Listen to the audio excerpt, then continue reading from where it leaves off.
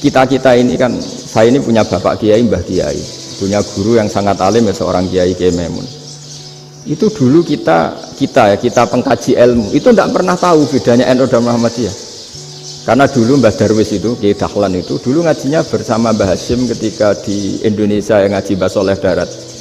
Mbah Soleh Darat itu dulu ngajinya sama buyut saya ke-6, namanya Mbah Soleh Asnawi di Kudus. Mbah Soleh Darat itu dulu alim-alimnya orang Jawa ya, Mbah Soleh Darat, Soleh bin Umar. Tempatnya di Semarang, tapi beliau itu sebenarnya orang Jepara yang dekat Kudus. Setelah di Mekah, Mbah Hasyim ini mondoknya ya, mulazimnya ke Syekh Mahfud Termas, tapi sesekali ke Syekh Khotib Minangkabau. Nah yang Mbah Ahmad Dahlan lebih sering ke Syekh Khotib Minangkabau, sesekali ke Mbah Mahfud. Singkat cerita, karena Syekh Khotib Minangkabau sudah modern ya, terlibat organisasi dunia. Pas itu beliau pengagum Muhammad Abduh, pengagum Rasid Ridho, sehingga bawaannya Mbah Dahlan itu lebih pergerakan karena beliau lebih mengidolakan Syekh Khotib. Nah Syekh Khotib sendiri sebenarnya orang Minangkabau, jadi beliau namanya Muhammad saja sebenarnya. Jadi menantunya orang Arab. Oh itu dicibir mertuanya ini karena punya mantu orang Jawa, orang ndak Arab. Singkat cerita terus si mertuanya bilang gini, kamu jangan pernah bilang kalau orang Arab itu mansa kanal Arab, orang yang bertempat di Arab. Walakin mantakallama bi arabiyyin fasihin, tapi orang bisa ngomong Arab secara fasih. Singkat cerita, kalau kamu tidak percaya, nanti suatu saat menantu saya kalau Jumatan, tidak usah kamu kasih tahu, langsung suruh jadi khotib. Nggak usah kamu kasih tahu, syaratnya tidak usah kamu kasih tahu. Kalau sekarang kan enggak. Kalau dosen mau jadi khotib kan mengumpulkan materi dulu. Lucunya diantara materinya itu dari TV, makanya jadi ribet kan khutbah sekarang. Kalau musim corona ya akan ngomong corona, musim apa yang ngomong apa. Jadi lagi-lagi didikte oleh media. Sebenarnya kalau ngomong kan sesuai kebutuhan umat, ini obatnya apa, tapi nggak sesuai trending topik, itu kan kayak anak-anak gaul. Ya, ini dokter kok gitu kan aneh. Singkat cerita, si khotib ini nggak dikasih tahu, saya Muhammad tadi nggak dikasih tahu, langsung disuruh khutbah. Fatakallama bikalamin fasihin, dia ngomong fasih sekali, bahkan ngalah-ngalahi fasihnya orang Arab asli. Semenjak itu beliau dapat gelar Al-Khotib, orang yang cakap berpidato berkhutbah. Makanya terus dia Khotib Al-Minangkabau. Jadi orang Indonesia itu luar biasa. Dulu yang namanya orang Indonesia di Arab Saudi itu dihormati sekali, karena yang kesana itu pasti ulama. Sudah alim di Indonesia kesana, termasuk Mbah Ahmad Dahlan, Mbah Hasyim dulu karena sama-sama muridnya Mbah Soleh Darat. Lama-lama yang kesana itu TKI TKW itu ya mulai agak dibully. Dulu Syekh Nawawi di antara ijtihad yang dihormati itu beliau mengkritik nyuwun sewu orang yang kan orang biasanya normalnya kan muji orang mati syahid, hebat orang mati syahid itu hebat gini. Oke, kita sepakat orang mati syahid itu hebat. Tapi kata Imam Nawawi dengan syarat niatnya itu li'ila'i kalimatillah dan itu bawaan takdir. Seorang lagi itu bawaan takdir, harus mati di medan perang. Tapi tidak boleh seseorang ini niat perang tapi niatnya supaya syahid, karena kalau begitu berarti dia berniat supaya menjadi maktulal kafir, orang yang dibunuh orang kafir. Kedua, dengan dia mati berarti pasukan Islam berkurang, berarti dia ingin pasukan berkurang, hanya ambisinya dia ingin langsung ke surga. Misalnya pasukan orang Islam itu 10, orang kafir 10, kalau kamu ingin syahid berarti mati 1 kan, tinggal 9 kan. Nah kalau yang seperti itu 10 kan mati semua. Gara-gara ingin syahid akhirnya perangi rapati tenanan, benang mati, benang mlebu swarga. Kata Syekh Nawawi, ya enggak.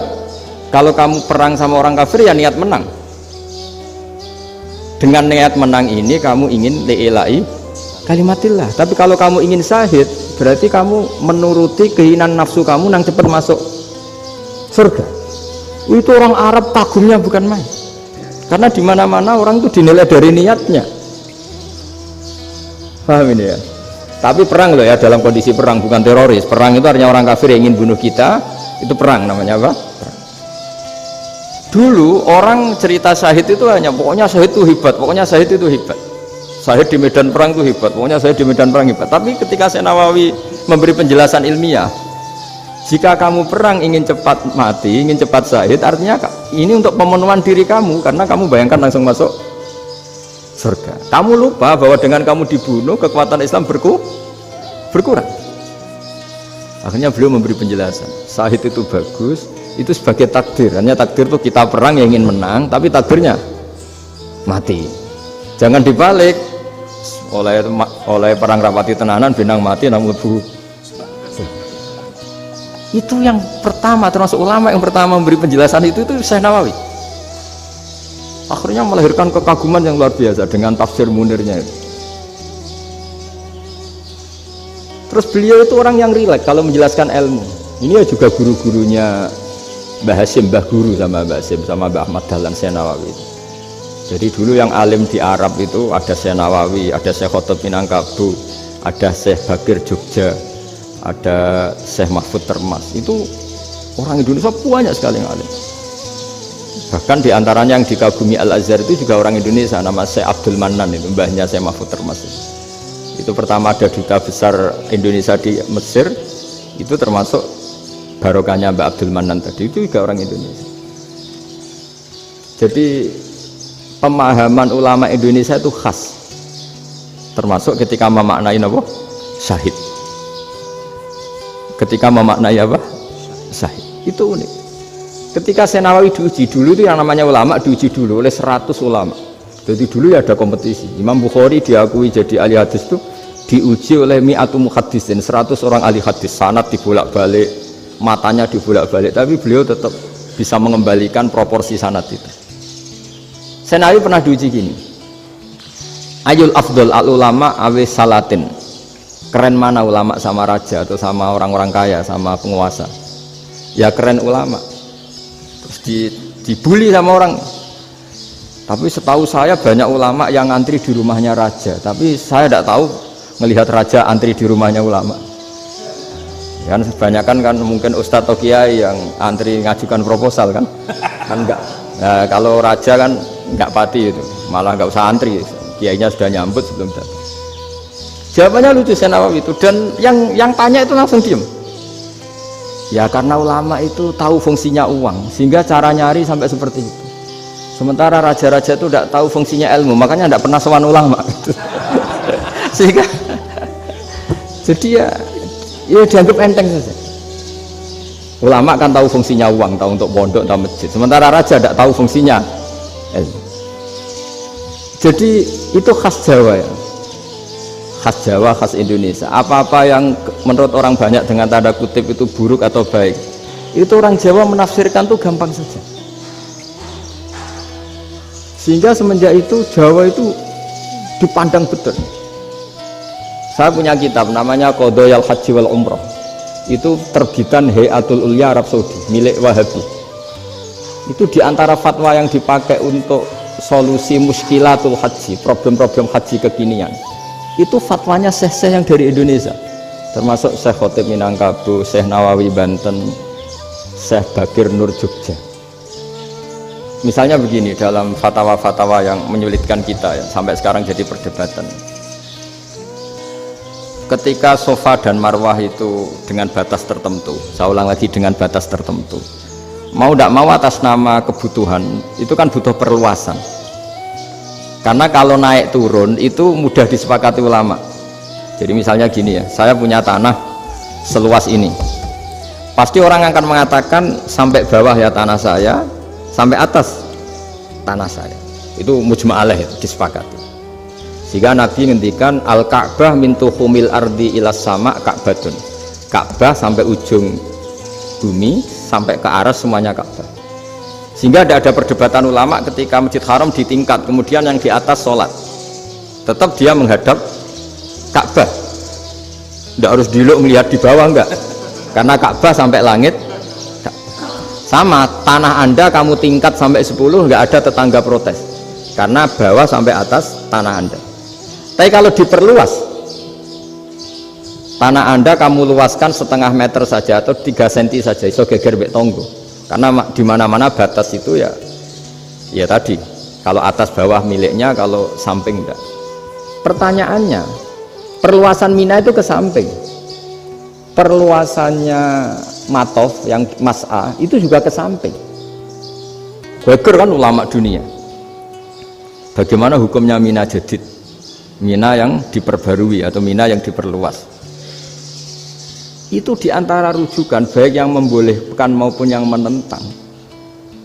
Itu ya Syekh Indonesia. Itu orisinal tuh. Saya punya kitab orisinal terbitan Hayatul Ulya, kira-kira ya kemenaknya Arab Saudi kalau di Indonesia itu. Itu yang dirujuk Dawai Syekh Nawawi, Dawai Syekh Khatib Minangkabau. Karena apa? Ada logika khas Jawa. Misalnya begini, meskipun saya tidak perlu fatwa Mina Jadid sah apa enggak, memang jadi perkhilafan ulama. Misalnya kampung ini dinamai Mina. Pertanyaannya gini, tanah yang di samping ini bisa milik Anda apa enggak? Ya bisa Gus kalau dibeli atau dihibahkan. Berarti tanah di samping Anda menjadi milik Anda karena ada proses pengambil alian lewat beli maupun hibah. Nah masalahnya ini negara itu berhak menganeksasi atau memasukkan ini sebagai Mina. Itu ulama Jawa kalau ditanya alasannya apa? Fa'innal muttasila bisek hukmu dzalika syek. Karena yang gantet, yang mutasil itu bisa dihukumi seperti sesuatu itu. Jadi kalau ini Mina, ya yang gantet Mina ini ya bisa dikatakan Mina. Beda dengan membuat Mina Malang Mina, wah itu tidak bisa, tidak mutasil kan. Itu enteng sekali ulama Jawa. Satu ya tentu karena kebutuhan, tapi asal masih al-muttasilu bihi, yang masih tanah yang masih mutasil. Nah ketika perluasan Mas'a antara Sofa dan Marwa kan misalnya ini batas luasnya Sofa, ini batas luasnya Marwa. Lalu atas nama kebutuhan Sofa Marwa itu sampai sini, sampai agak meluas ke sini. Itu geger Arab Saudi. Wah ini gimana? Padahal tawaf itu harus antara Gunung Sofa dan Gunung Marwa, sa'i itu ya. Tapi kalau istilah Quran memang tawaf sama-sama. Makanya apa? Inna Sofa al-Marwata min sya'airillah faman hajjal baita wa i'tamara fala junaha alaihi ayat tawafati. Nah, jadi kalau istilah sa'i di Quran itu masih tawaf. Karena harus ada, kalau bisa lah, bukan harus. Kalau bisa memang harus ada unsur muternya. Kita kalau sa'i kan dari sini Sofa sampai sini Marwa, terus kan agak muter ke sini, nah, kan agak membentuk lingkar. Nah, makanya Quran tetap mengistilahkan apa? Tawaf. Jadi bukan sini ke sini terus sini ke sini kan enggak, tapi sini sampai sini terus muter kan, terus sini. Jadi antara setar dan selama ini prakteknya kan gitu ya. Sofa ngambil sini, terus ke sini, terus agak muter. Nah, karena ada unsur agak muter ini terus orang menyebut apa? Tawaf. Tapi itu bukan syarat sah, ini cerita ideal. Saya ulang lagi ya. Gunung Sofa itu puncaknya atau pucuknya kalau dalam bahasa Jawa itu ya hanya segini, ini sampai sini. Nah, kelompok Islam yang fikih keras nggak boleh diperluas karena Allah memilih tempat ini itu spesial, jadi nggak boleh ke yang lain. Tapi ketika kebutuhan mendesak, mau tidak mau harus diperluas. Itu jawabnya Kiai Jawa lucu. Gunung sing ketok itu sing dhuwure tok, sikilane luwih hombo. Jadi karena kan gunung kan bentuknya gini. Nah Sofa yang kecil itu yang atasnya, tapi sikilannya sini kakinya lebih luas. Jadi boleh perluasan asal tidak melebihi kakinya. Nah dihitung ya lebih luas. Jadi Kiai Jawa itu kayak wong delok gunung Penanggungan, kayak gunung Arjuna. Di mana-mana puncak gunung itu lebih kecil timbang kakinya. Artinya diperluas ini bukan berarti tidak di Sofa dan tidak di, itu khas Kiai Jawa. Jadi jangan kira orang Jawa itu tidak hebat sekali. Termasuk perkembangan hotel di Arab Saudi. Itu dulu sebelum ada hotel, buyut saya kelima atau keenam dulu haji, namanya Badur Rahman. Itu kalau mau ingin apa ya, menghindari terik matahari itu masuk gua. Itu masuk gua itu hanya separuh badan, kakinya di luar. Jadi jangan bayangkan kalau gua di Indonesia kayak gua Akbar di Tuban orang bisa masuk jalan-jalan, enggak. gua di Arab itu kayak cepitan batu, tidak sampai masuk, sehingga kepalanya dimasukkan, kakinya masih kena matahari saking panasnya Arab Saudi.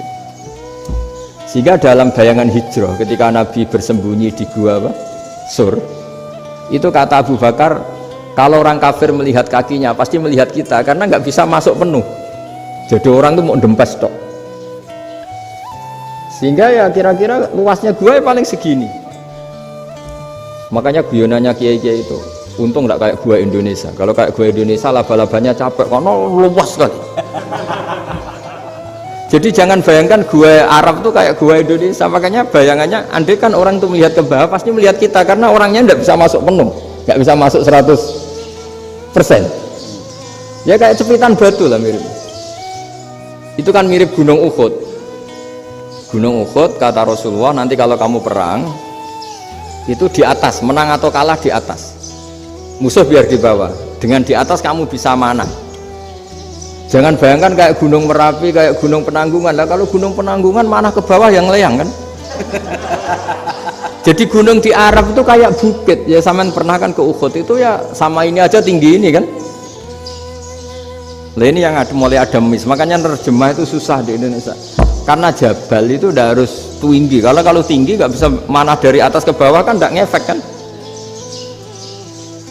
Sama kalau ke Uhud gunungnya kan pendek sekali, sehingga yang manah dari atas ke bawah ya kalau kena musuh ya celaka karena memang dekat. Ya kalau gunung Indonesia manah dari atas ke bawah yang kelayang nggak ngefek. Nah itu susahnya nerjemah bahasa Arab ke kita. Jadi apa ya, transkrip itu nggak gampang karena ada pengertian yang beda. Kita kalau bilang gunung itu tinggi sekali, lama-lama yang di Indonesia ini orang-orang yang bodoh, sehingga orang Jawa kalau ke sana dibully, ya Jawa tak puluh kaya. Orang Jawa itu penggaweannya itu makan ular, karena belut itu kalau di kamus itu persis ular. Dulu itu kan kamus tidak full color, gara-gara gak full color gambar belut sama ular itu sama. Belut itu belut sama ular kalau nggak full color gambarnya sama apa enggak? Sama. Terus orang Jawa itu kan masih banyak yang makan bajing itu apa? Ketupai itu. Bajing kalau digambar tidak full color sama dengan tikus. Gambar yang tidak warna hitam putih. Sehingga kita ini dibully pemakan tikus dan pemakan ular. Karena belut itu persis ular kalau digambar yang tidak full color. Sampai datang Syekhona Khalil, datang ulama ngarang kitab ya judulnya Al-Belut, karena nggak terima bangsanya dinyak makan apa? Ular. Terus dikarang wal belut hayawanun bakhriyun, terus ya isu fi kadza wa kadza, itu beda dengan al-hayyah, itu diterangkan mulai bisa nerima. Terus sistem hotel juga gitu. Sampai tanyakan dalam sejarah dulu orang Sedayu ada namanya Syekh Mukhtar. Syekh Mukhtar bukan bikin rumah besar yang siapapun orang Indonesia haji itu nempat di sana. Nah ini yang menginspirasi akhirnya ada hotel. Dulu Syekh Mukhtar hanya menyediakan untuk hujat-hujat Indonesia. Lama-lama jadi hotel. Nggak mau saya mau cerita. Kata Mbah Mun sering cerita. Kenapa wa ma arsalnaka illa rahmatan lil alamin, kata Mbah Mun, Allah itu pasti bikin ulama yang tidak produk Arab itu pasti ada. Kalau orang Arab jadi ulama wajar, bahasanya Arab, domisilinya di Arab. Tapi Allah akan selalu bikin ulama yang tidak bangsa Arab. Imam Ghazali itu Tus itu Persia. Imam Bukhari itu kira-kira kalau sekarang ikut Uzbek. Ya. Imam Bukhari itu kalau negara sekarang ikut mana? Uzbek. Kenapa demikian kata Mbah Mun? Karena Allah sudah ngendikan wa ma arsalnaka illa kafatan linnas. Manusia semua ini kena khitabnya Islam. Kalau tidak ada ulama yang dari berbagai negara, kesannya Islam itu hanya milik orang Arab Saudi. Makanya Allah selalu bikin ulama-ulama yang bahkan tidak Arab. Termasuk Imamul Muhaddisin, yaitu Imam Bukhari, itu orang Uzbek, orang Rusia lah kalau sekarang, ikut Uni Soviet dulu. Imam Ghazali itu orang Persia. Syekh Nawawi itu orang Banten. Karena Allah ingin memaklumatkan bahwa Islam ini untuk semua, sehingga orang yang tidak Arab pun bisa belajar Islam. Yang alimnya itu nggak kalah sama orang apa? Arab. Makanya ini PR ya. Kalau Gus Dah Ploso nanti ngendikan suatu saat orang belajar Islam itu bahkan orang Arab pun bisa belajar ke Indonesia. Kalau orang Indonesia bisa alim betul kayak dulu. Sekarang banyak liga antar ulama. Itu orang Indonesia pasti masuk. Ulama-ulama top dunia itu pasti orang Indonesia banyak yang masuk. Karena tadi ketika orang Indonesia baca kitab, itu orang Arab itu kagum, kok bisa ada bahasanya baca secara benar. Bukan sekedar bisa baca secara benar. Karena memang dilatih sedemikian rupa di pondok-pondok. Makanya kita semua lah, yang alim di Indonesia itu kemana-mana ya pasti alim. Dulu putra Mbah Mun namanya Gus Zofur itu tahun pertama ya sudah the best di tahun pertama. Kalau tahun pertama the best-nya ilmunya bawaan dari sarang, dari keluarganya. Gus Najib mondok di Sayyid Muhammad tahun pertama sudah dipuji sebagai yang teralim karena ya sanggup. Kalau dipujinya tahun ketiga, tahun keempat kan mungkin dapat dari sana. Ini tahun pertama. Saya ulang lagi tahun pertama. Karena pengajaran di Indonesia itu luar biasa di pondok-pondok ini. Makanya kalau dalam anekdot pondok itu cerita-cerita lucu itu. Ada orang Jakarta ngaji, setelah di kelas itu pelengahan terus. Melihat jendela, lihat pintu terus. Lama-lama gurunya marah. Kamu diajarin kok enggak punya sopan, melihat pintu terus enggak memperhatikan guru ya. Anak Betawinya jawabnya lucu. Habis Pak Guru bohong. Kenapa ya? Kamu Pak Guru bilang Ja'a Zaidun, Zaid datang. Tak lihat enggak ada yang datang. Setelah itu contoh nasab kan ro'a itu Zaidan. Saya melihat Zaid, saya enggak melihat Zaid. Contoh ketiga yang jer kan maror tu Zaidin. Saya berjalan ketemu Zaid. Pak Guru diam di situ enggak jalan-jalan. Jadi saking detailnya Indonesia dia diajari. Kalau rofa Ja'a Zaidun, kalau nasab ro'a itu Zaidan, kalau jar marortu bizaidin. Nah si murid Betawi ini karena pertama sekolah ngiranya gurunya itu cerita Zaid datang, makanya dia lihat pintu terus, mana katanya datang kok enggak datang-datang ya. Nah dengan latihan seperti itu kemungkinan orang Indonesia salah itu kecil karena memang dilatih betul. Saya ulang lagi karena memang dilatih betul.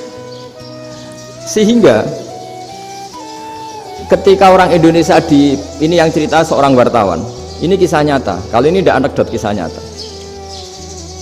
Ada wartawan internasional ngeliput Ramlah itu di Gaza, di Palestina. Wartawan Indonesia ini hanya bisa bahasa Inggris. Dijak ngomong bahasa Arab, terus dia bilang saya tidak bisa. Saya tidak bisa, saya bisanya ngomong Inggris. Tapi apa yang terjadi setelah sholat, si Indonesia ini jadi imam pakai sholat jariyah lagi. Baca bismillah benar, bismillahi jar karena mudhof ilaih. Terus ketika iktidal ya benar, Rabbana lakal hamdu mil'us samawati wa mil ardi benar. Ketika tahiyat ya benar, at-tahiyatul mubarakatuh sholawat. Sama orang Arab ini diambungi. Orang Arab kalau senang orang itu dicium. Kamu tawaduk, sebenarnya kamu itu ahli bahasa Arab. Karena orang Indonesia sekali sholat itu nggak ada yang salah, meskipun benarnya karena hafalan, tapi bagi yang ahli nahwu itu hebat. Misalnya kita kalau ngapalkan kan bismillahi, bismijar karena ba, Allahi jar karena mudhof ilaih, ar-rahmani jar karena sifat, ar-rahimi karena sifat, alhamdu rofa karena mubtada, lillahi jar karena ada huruf jarli, robbi jar karena sifat. Sebetulnya tidak karena pinter, tapi karena hafalan. Tapi orang Indonesia hebatnya itu benar terus. Rabbana lakal hamdu, ya kan, alhamdu rofa, terus mil'us samawati ya rofa karena sifat.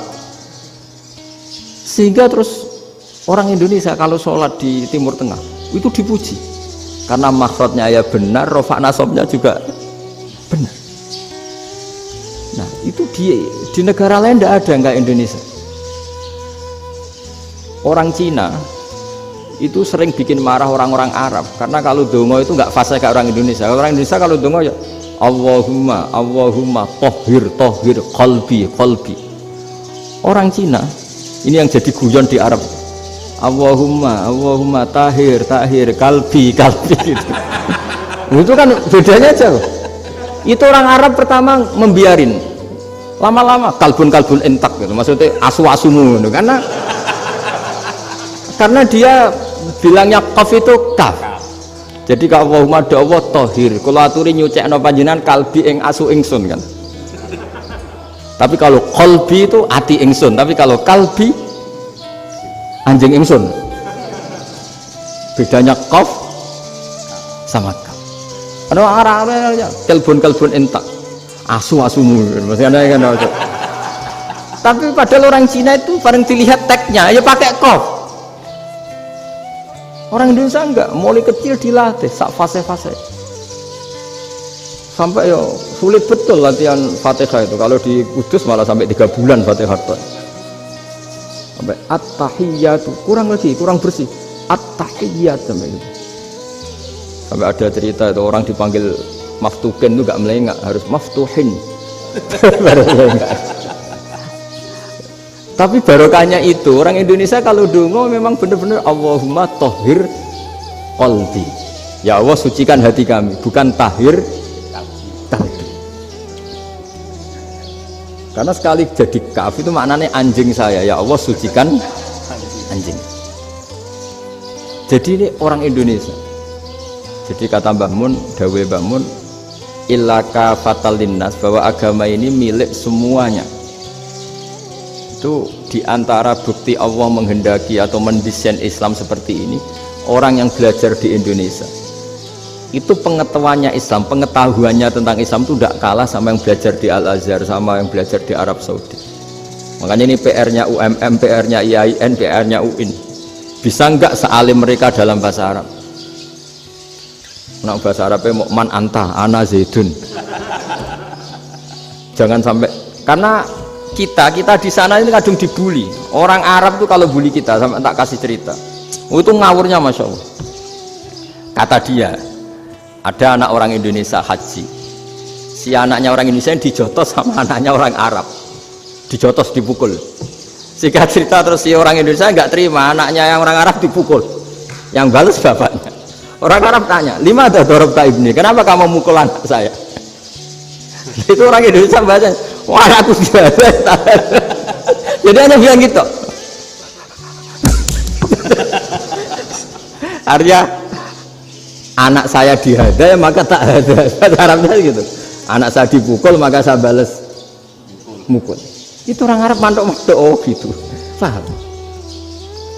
Suatu saat ada orang Indonesia itu sama orang Arab itu dilus-lus itu ya digini-giniin. Karena dia latihan bahasa Indonesia, latihan bahasa Arabnya itu masih mufrodan. Jadi kalau mengartikan yadun itu tangan, saro itu jalan. Jadi kalau jalan ya saro-saro. Roksun itu kepala, ana itu ingsun. Jadi karena dia nggak ngerti penggunaannya, itu bahasa Arabnya itu yadun anta, jadi bukan yaduka tapi yadun anta, berarti tangan kamu. Saro-saro itu jalan-jalan, ala roksi anak yang atasnya sirah ingsun. Jadi mestinya yang benar kan yaduka saro ala roksi atau gitu, tapi enggak dipotong-potong. Yadun tangan kan, anta kamu, berarti tangan kamu. Saro-saro jalan-jalan, roksun itu sirah, anak ingsun, berarti di atas kepala saya. Orang Arab tertawa-tawa, tapi paham maksudnya seperti. Jadi kita ini dibully di Arab itu Masya Allah. Jadi akhirnya lahirlah ulama-ulama tadi yang saya sebut tadi.